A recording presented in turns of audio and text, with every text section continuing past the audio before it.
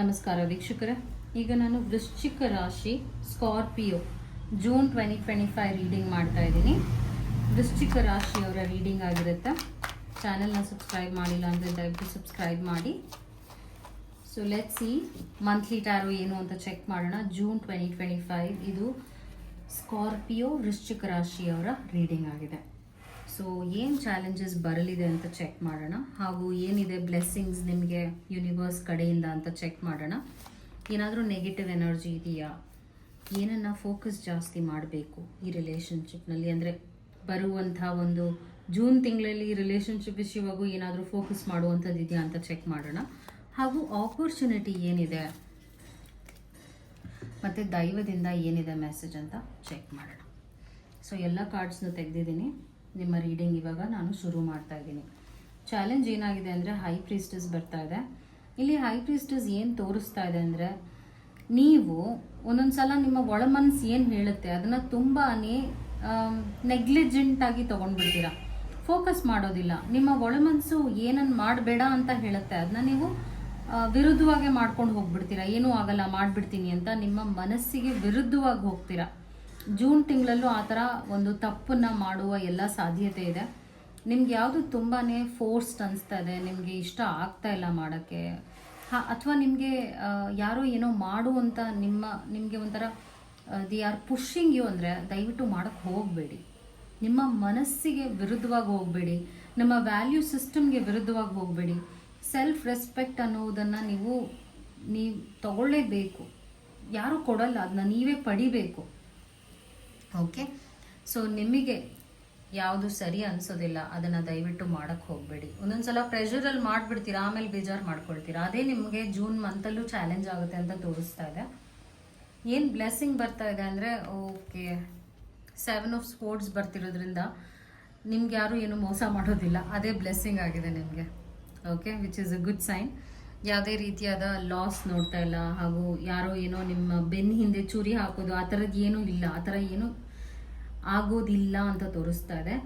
Blessing is all very very clear, ಹಾಗೂ ನಿಮಗೆ ಸಿಕ್ಕೋದು ಖಂಡಿತವಾಗ್ಲೂ ಸಿಕ್ಕೇ ಸಿಗುತ್ತೆ. ಯಾವುದೇ ರೀತಿಯಾದ ಬ್ಲಾಕೇಜ್ ಆ ವಿಷಯವಾಗಿ ಇಲ್ಲ ಅಂತ ತೋರಿಸ್ತಿದೆ. ನೆಗೆಟಿವ್ ಏನಾದರೂ ಇದೆಯಾ ಅಂದರೆ, ಹಣಕಾಸಿನ ವಿಷಯದಲ್ಲಿ ದುಂದು ವೆಚ್ಚ ಮಾಡುವ ಎಲ್ಲ ಚಾನ್ಸಸ್ ಇದೆ. ಬಿಕಾಸ್ ಮನಿ ಫ್ಲೋ ಚೆನ್ನಾಗೇ ಇರುತ್ತೆ ಜೂನ್ ಮಂತಲ್ಲಿ. You will make good money.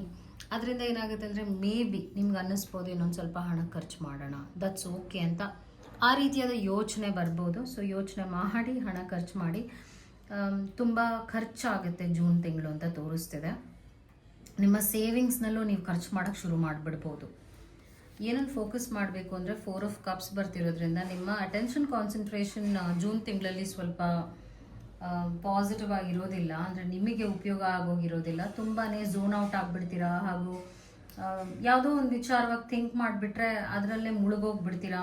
So ಒಂದು ಡ್ರೀಮ್ ವರ್ಲ್ಡ್ಗೆ ಹೋಗುವ ಚಾನ್ಸಸ್ ಕೂಡ ಜೂನ್ ಮಂತಲ್ಲಿರುತ್ತೆ. ಅಂದರೆ ಕಾರಣ ಇಲ್ಲದೆ ಏನೋ ವಿಷಯವಾಗಿ ಯೋಚನೆ ಮಾಡೋದು, ಹಾಗೂ ಬೇಕಾಗಿರುವಂಥ ಕೆಲಸಗಳನ್ನ ಡಿಲೇ ಮಾಡಿ ಲೇಸಿನೆಸ್ನ ಅನುಭವಿಸ್ಬೋದು ಜೂನ್ ತಿಂಗಳಲ್ಲಿ.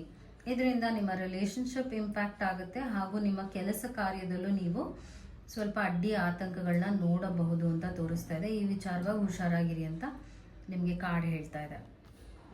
ನೆಕ್ಸ್ಟ್ ಏನು ಬರ್ತಾ ಇದೆ, ಆಪರ್ಚುನಿಟಿ ಏನಿದೆ ಅಂದರೆ, ಹರ್ಮಿಟ್ ಕಾರ್ಡ್ ಬಂದಿರೋದ್ರಿಂದ ಸೆಲ್ಫ್ ಗ್ರೋತ್ ಕಾರ್ಡ್ ಅಂತ ಇದನ್ನು ನಾನು ಹೇಳ್ತೀನಿ. ಅಂದರೆ ನಿಮಗೆ ಏನಾದರೂ ಸಾಧನೆ ಮಾಡಬೇಕು ಅನ್ನೋದಿದೆ ಅಂದರೆ ಅದನ್ನು ನೀವು ಸೀರಿಯಸ್ ಆಗಿ ಈ ತಿಂಗಳು ತೊಗೊಂಡ್ರೆ ಬೆಟರ್. ಅಂದರೆ ಏನಾದರೂ ಕೋರ್ಸ್ ಕಲಿಯುವ ಅವಕಾಶ ಜೂನ್ ತಿಂಗಳು ನಿಮಗೆ ಸಿಗುತ್ತೆ. ಸೊ ಅಪ್ಗ್ರೇಡ್ ಮಾಡ್ಕೊಳ್ಳಿ. ಯಾವಾಗಲೂ ನಾವು ಹೀಗೆ ಇರ್ತೀವಿ, ಇಷ್ಟೇ ಓದಿದ್ದು ಸಾಕು ಅನ್ನಬಾರ್ದು. ಲೈಫ್ನಲ್ಲಿ it should be like on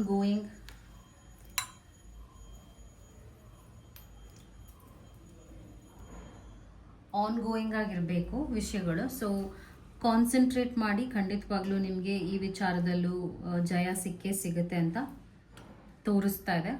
course ಕಲಿಯೋದಕ್ಕೆ ಒಳ್ಳೆ ಟೈಮ್ ಆಗಿದೆ. ಏನಾದರೂ ಕಲಿಯೋದಿದ್ರೆ ಈ ತಿಂಗಳೇ ನೀವು ಕಲಿಬಹುದು ಅಂತ ತೋರಿಸ್ತಾ ಇದೆ ರೀಡಿಂಗ್ನಲ್ಲಿ.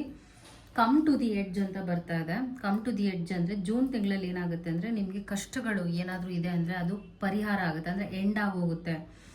ಕಷ್ಟದ ಟೈಮ್ ಜೂನ್ ತಿಂಗಳಲ್ಲಿ ಎಂಡ್ ಆಗ್ತಾ ಇದೆ. ದಟ್ ಮೀನ್ಸ್ ಜುಲೈ 2025 ಇಂದ ನಿಮ್ಮ ಸುಖದ ಟೈಮ್ ಶುರು ಆಗುತ್ತೆ ಅಂತ ಒಂದು ಕನ್ಫರ್ಮೇಷನ್ ಕಾರ್ಡ್ ಬಂದಿದೆ. ಸೊ ಜೂನ್ ತಿಂಗಳಲ್ಲಿ ನೀವು ಏನೇನು ಅನುಭವಿಸ್ತೀರಾ ಅದು ಅಲ್ಲಿಗೆ ಆ ತಿಂಗಳೇ ಕೊನೆ ಆಗುತ್ತೆ ಅಂತ ಕೂಡ ನಿಮಗೆ ಕನ್ಫರ್ಮೇಷನ್ ಬಂದಿದೆ, which is a good sign. ಆದರೆ ನಾನೇನು ಪ್ರಾಬ್ಲಮ್ಸ್ ಅಂತ ಆ ವಿಚಾರವಾಗಿ ನೀವು ಯೋಚನೆ ಮಾಡೋದು, ಚಿಂತೆ ಮಾಡೋದೆಲ್ಲ ಮಾಡೋಕ್ಕೆ ಹೋಗಬೇಡಿ.